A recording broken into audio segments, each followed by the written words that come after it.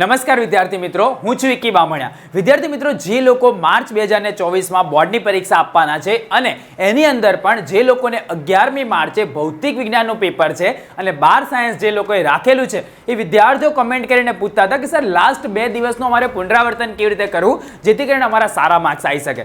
Suppose કે તમારું dream છે કે ભાઈ મારે 95+ લાવવા છે, તો એની માટે કઈ કઈ બાબતોનું ધ્યાન રાખવાનું, કેવી રીતે તમે લાવી શકો, છેલ્લા દિવસનું પુનરાવર્તન શું કરવાનું, જે ટોપર વિદ્યાર્થી હોય ને ભાઈ એ કયા સિક્રેટ ટ્રીકનો ઉપયોગ કરે છે જેના લીધે એનું સંપૂર્ણ પુનરાવર્તન થઈ જાય છે, આ તમામ બાબતોનું ડિસ્કશન આજે આપણે આ વિડીયોની અંદર કરવાના છે જેથી કરીને તમને આવનારી તમારી જે આ પરીક્ષા છે એની અંદર પ્રોપર વેમાં પુનરાવર્તન તમારું થઈ શકે અને તમે સારી રીતે માર્ક્સ પણ લઈ આવો. બરાબર, તો આપણે જોઈએ, તમે ફક્ત આ વિડીયોને અંત સુધી જોતા રહો જેથી કરીને તમને કોઈ તકલીફ ના પડે.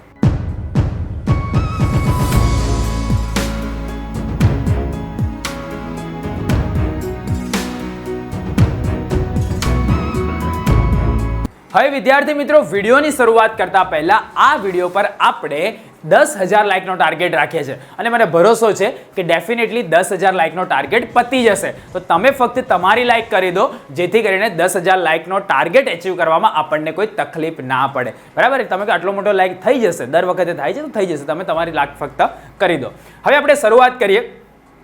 ટોટલ 5 મુદ્દાઓ પર આપણે ડિસ્કશન કરવાના છે અને છેલ્લા 5 વર્ષથી, બરાબર, જ્યારનો આપણી ચેનલ પર સાયન્સની શરૂઆત થઈ ત્યારથી આપણે દર વખતે લાસ્ટ ડે પ્રિપરેશન પ્લાન આપીએ છીએ જે વિદ્યાર્થીઓને ગમે છે, લાખોની સંખ્યામાં વિદ્યાર્થીઓનો ઉપયોગ પણ કરે છે અને એ લોકો સારા માર્ક્સ પણ લાવે છે. બરાબર, તો તમારા બી આવશે, ભરોસો રાખજો.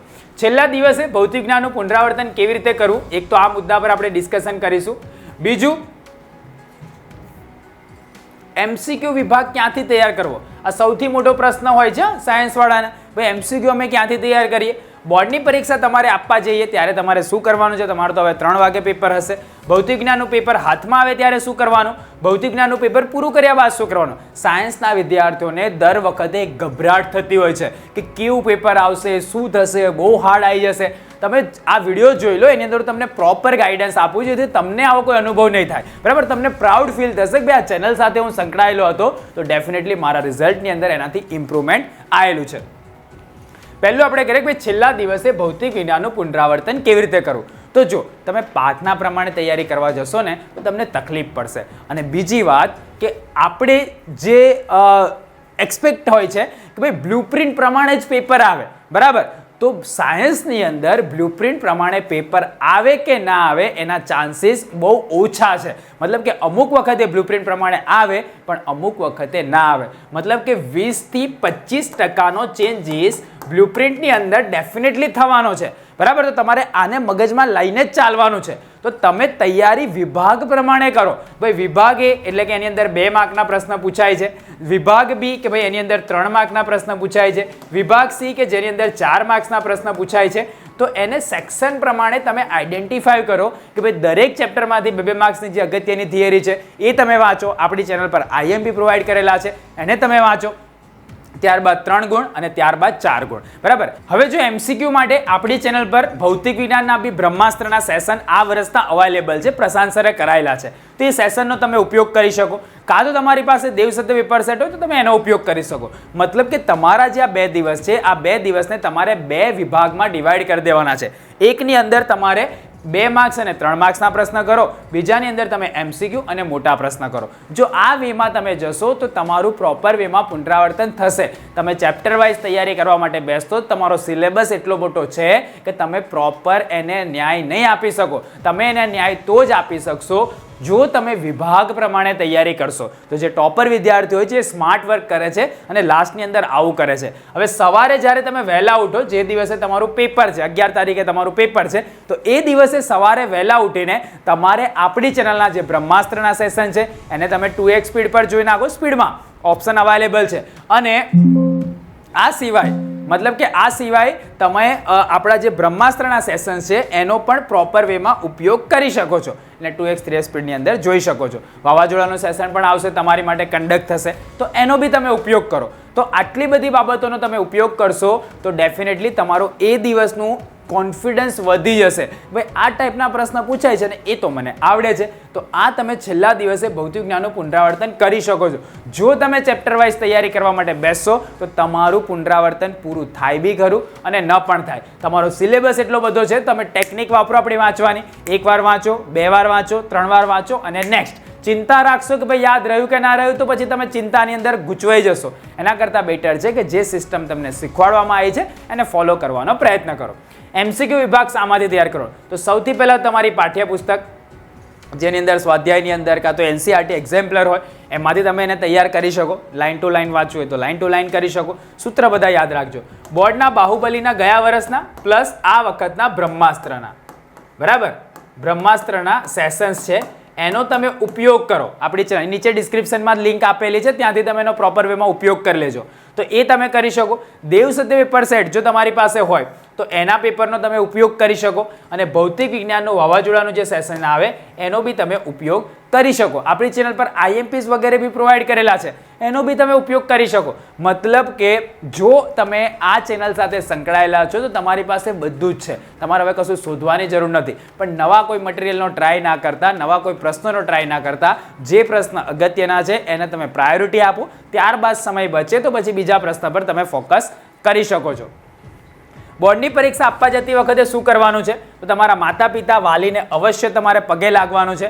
જે તમે અવશ્ય રીતે પગે લાગીને જશો તો ડેફિનેટલી એ લોકોના આશીર્વાદના કારણે પણ અમુક એવા નેગેટિવ વાઇબ્સ કદાચ તમને આવતા હોય તે દૂર થઈ જશે ને પોઝિટિવ એટમોસ્ફિયરમાં તમે જશો. પેલું કહેવાય ને કે પૃથ્વી પર કદાચ ભગવાન છે તે માતા પિતાના સ્વરૂપમાં છે, તો ભાઈ એમને પગે જરૂરથી લાગજો. તમારી આખા વર્ષની મહેનતને યાદ કરો કે તમે 11 અને 12 સાયન્સની અંદર કેટલી બધી મહેનત કરી ત્યારે તમને આ પરીક્ષા આપવાનો મોકો મળ્યો છે. તો ભાઈ હવે પાછા ના પડતા.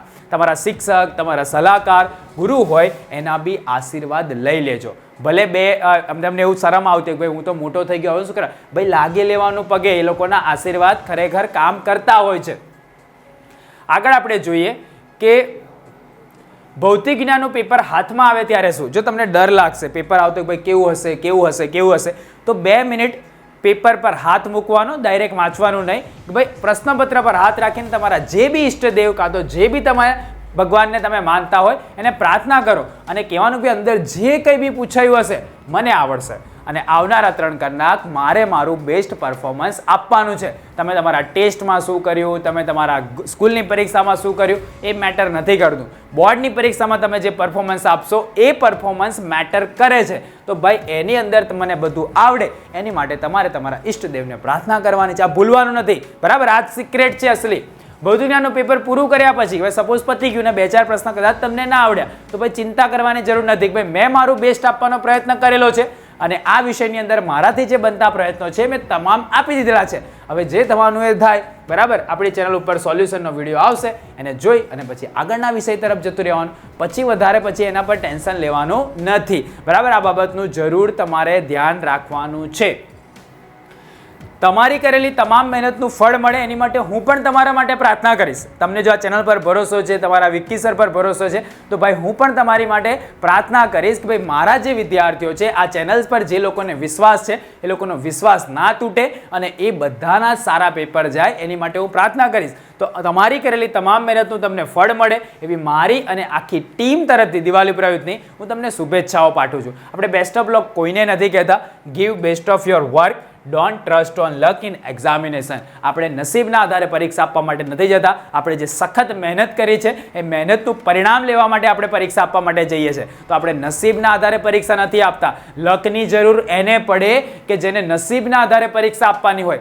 આપણો વિદ્યાર્થી તો મહેનતના આધારે પરીક્ષા આપવા માટે જાય છે, તો ભાઈ એ પાછો નહીં પડે. એટલા માટે જ કહું છું કે give best of your work, don't trust on luck in examination. બરાબર છે? તો ડેફિનેટલી મારે જે તમને કહેવું હતું એ મેં તમને કહી દીધેલું છે. હવે તમારા હાથમાં છે કે તમારે શું કરવું છે. તમે ચાહો તો તનતોડ મહેનત કરીને ભૌતિક વિજ્ઞાનમાં બી 95+ નો સ્કોર કરી શકો છો. હજુ પણ તમારી પાસે સમય છે.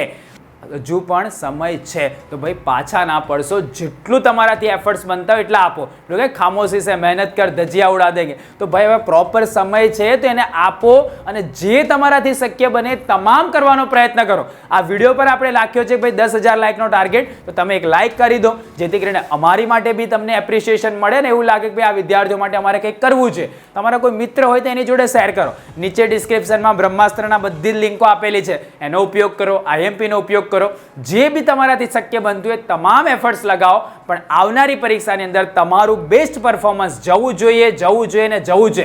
એમ કે આ દિવાલીપુરા યુથ જે ચેનલ છે એનું જે ભવિષ્ય છે, એનું જે રિઝલ્ટ છે એ તમારા હાથમાં છે. તમારા રિઝલ્ટનો અમે ઉપયોગ નહીં કરીએ માર્કેટિંગ માટે, છતાં બી તમારું રિઝલ્ટ સારું આવશે તો અમારી માટે પ્રાઉડ મોમેન્ટ હશે. બરાબર, તો તમારો બેસ્ટ એફર્ટ્સ આપવાનો ટ્રાય કરજો અને બેસ્ટ પરફોર્મન્સ આવનારી તમારી બોર્ડની પરીક્ષાની અંદર આપજો. ભૌતિક વિજ્ઞાન તો આમ તો સહેલો વિષય છે, પણ જો તમે એને સિરિયસલી નહીં લો તો એ તમારી માટે અઘરો સાબિત થઈ શકે છે.